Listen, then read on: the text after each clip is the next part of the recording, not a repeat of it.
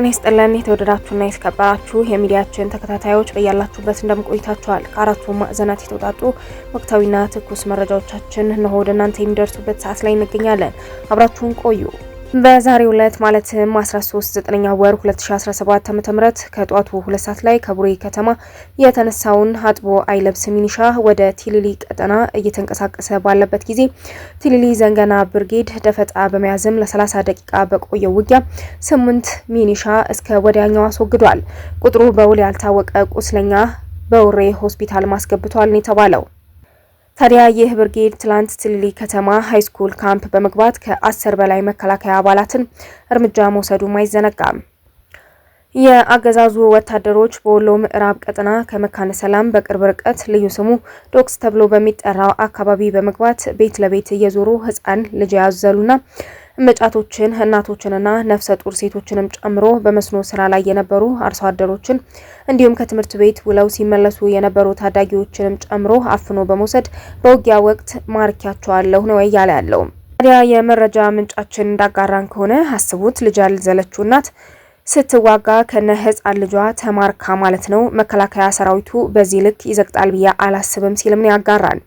በተያያዘም ትላንት በስቲያ ግንቦት 11 ቀን 2017 ዓ.ም የመካነ ሰላም ከተማ አስተዳደር 3 ከፍተኛ አመራሮች በመሃል ከተማዋ ውስጥ በጠራራ ፀሐይ በፋኖ ታፍነው መወሰዳቸውንም መዘገባችንም አይዘነጋም።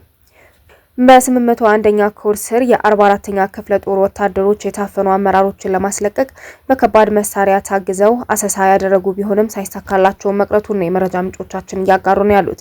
በዚህም ንጹሃን አርሶ አደሮችን ከእርሻ ማሳቸው እያፈኑ እንዲሁም ቤት ለቤት እየዞሩ ህፃናት ያዘሉ እናቶችን ሳይቀር ከነ ህፃን ልጃቸው በማፈን ምርኮኛ ናቸው በሚል ፕሮፓጋንዳ ለመስራትም እየሞከረ ይገኛልም ሰርቷልም።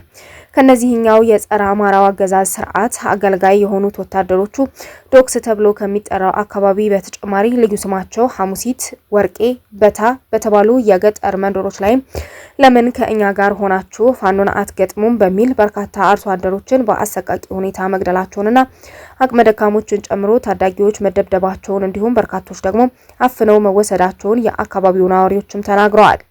ታዲያ በአሰቃቂ ሁኔታ ከተገደሉት መካከልም አቶ አማራ አበባው የተባሉ አርሶ አደር አንዱ ሲሆኑ የግንቦት ወራት መግባቱን ተከትሎ አዝርት ለመዝራት የእርሻ ማሳቸውን እያጸዱ ባሉበት ነው ግድያው የተፈጸመባቸውም ሲል ነው የመረጃ ምንጫችን ያጋራል።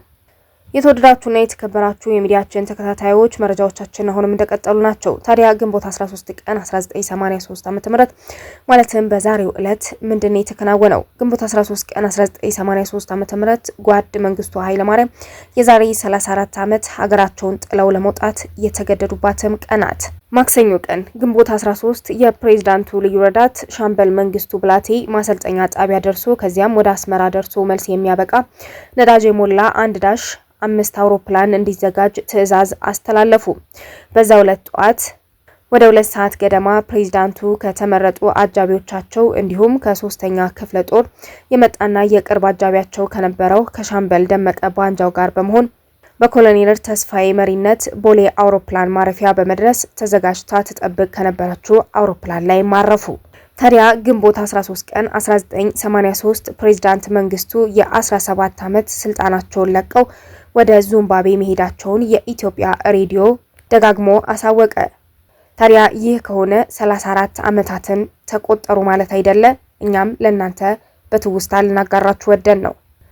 በአሜሪካ በተፈጸመውና ኢትዮጵያውያንን ጨምሮ በርካታ ስደተኞች የተገደሉበት የየመን የስደተኞች ማቆያ የአየር ጥቃት እንዲመረመር አምነስቲ ኢንተርናሽናል ጠይቋል። አሜሪካ በሰሜን ምዕራብ የየመን የሚገኘው የሳዕዳ ስደተኞች ማቆያ ማዕከል ሚያዝያ 20 ቀን 2017 ዓ.ም የፈጸመችው ጥቃት በዓለም አቀፍ ሰብአዊ ሕግ ጥሰት ምርመራ ሊደረግበት እንደሚገባ ተቋሙ ግንቦት 11 ቀን 2017 ዓ.ም ባወጣው መግለጫም ነው የጠየቀው። ታዲያ አሜሪካ ጥቃቱን በፈጸመችበት ወቅት በስደተኞች ማቆያ ማዕከሉ 115 አፍሪካውያን ስደተኞች እንደነበሩና ከነዚህ 68ቱ በጥቃቱ መገደላቸውንና 47 እንደቆሰሉ በሁቲ የሚተዳደረው የሀገር ውስጥ ጉዳይ ሚኒስቴርም ገልጾ ነበረ። ታዲያ በተያያዘ ቢቢሲ ያናገራቸው ኢትዮጵያውያን እንደሚሉትም ከሆነ በጥቃቱ ከተገደሉትና ከቆሰሉት በርካቶቹ አንዳንዶቹም ሁሉም የኢትዮጵያውያን መሆናቸውንም ነው እየተናገሩ ያሉት። በጥቃቱ ከተገደሉት ኢትዮጵያውያን መካከልም 3 የአጎትና የአክስት ልጆች በአንድ ላይ ህይወታቸው ማለፉንም እኛም ዘግበናላችሁ ነበረ። አሜሪካ ከመጋቢት ጀምሮ በጦርነት በደቀቀችው የመን ላይ እየፈጸመችው ባለው ጥቃት በመቶዎች የሚቆጠሩ ሰዎች መገደላቸውን እንዲሁም መቁሰላቸውንም ሪፖርት መደረጉን የመብት ተቆርቋሪው በመግለጫውም ላይ አስፍሯል። አምነስቲ ባደረገው የሳተላይት ምስሎቹ ትላንት አሜሪካ በፈጸመችው የአየር ጥቃቶች በሰዓዳ ማረሚያ ግቢ ውስጥ የስደተኞች ማቆያ ማዕከል እንዲሁም በስፍራው ያለ ሌላ ህንጻ መመታቱንም ለይቷል።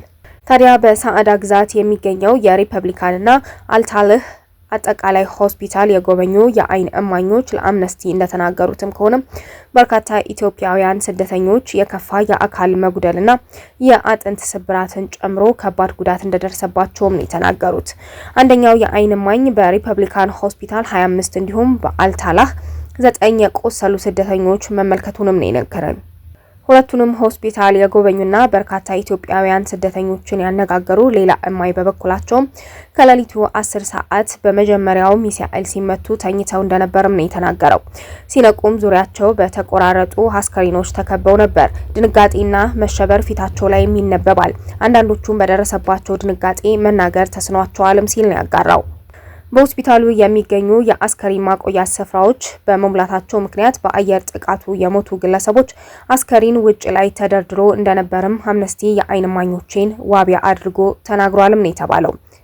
ታዲያ ሰዓዳ ግዛት ውስጥ በሚገኘው ማዕከል ላይ በተፈጸመው ጥቃት የሞቱትና የቆሰሉት ሰዎች አፍሪካውያን ስደተኞችን ከመሆናቸው ውጪ በትክክል ከየትኞቹ ሀገራት የመጡ እንደሆኑ ያልታወቀ ነገርም ባይኖርም አብዛኞቹ ኢትዮጵያውያን ሳይሆኑ እንዳልቀሩ ቢቢሲ የየመን ውስጥ ከሚገኙ ኢትዮጵያውያንም አረጋግጫለሁም ማለቱም አይዘነጋም።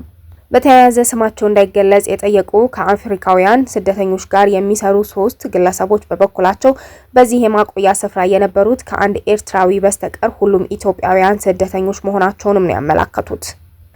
የአሜሪካ የአየር ጥቃትን ተከትሎ የስደተኞች ማቆያ ማዕከሉን፣ ሆስፒታሎችን እንዲሁም የአስከሬን ማቆያ ስፍራን ከጎበኙ በየመን ከሚገኙ የአፍሪካ ስደተኞች ጋር የሚሰሩ ግለሰቦች በርካታ ሰዎች መገደላቸውን መስማቱን አምነስቲ በዚሁ መግለጫውም ላይ በይፋ አስፍሮታል። የተወደዳችሁና የተከበራችሁ የሚዲያችን ተከታታዮች ለሰዓቱ ተሰሙት የወደድነው የዜና ጥንቅራችን እስካሁን የተከታተላችኋቸውን ይመስሉ ነበር። ቀጣይ በሌላ የመረጃ ጥንቅር እስከምንገናኝ ድረስ ቸር ቆዩ።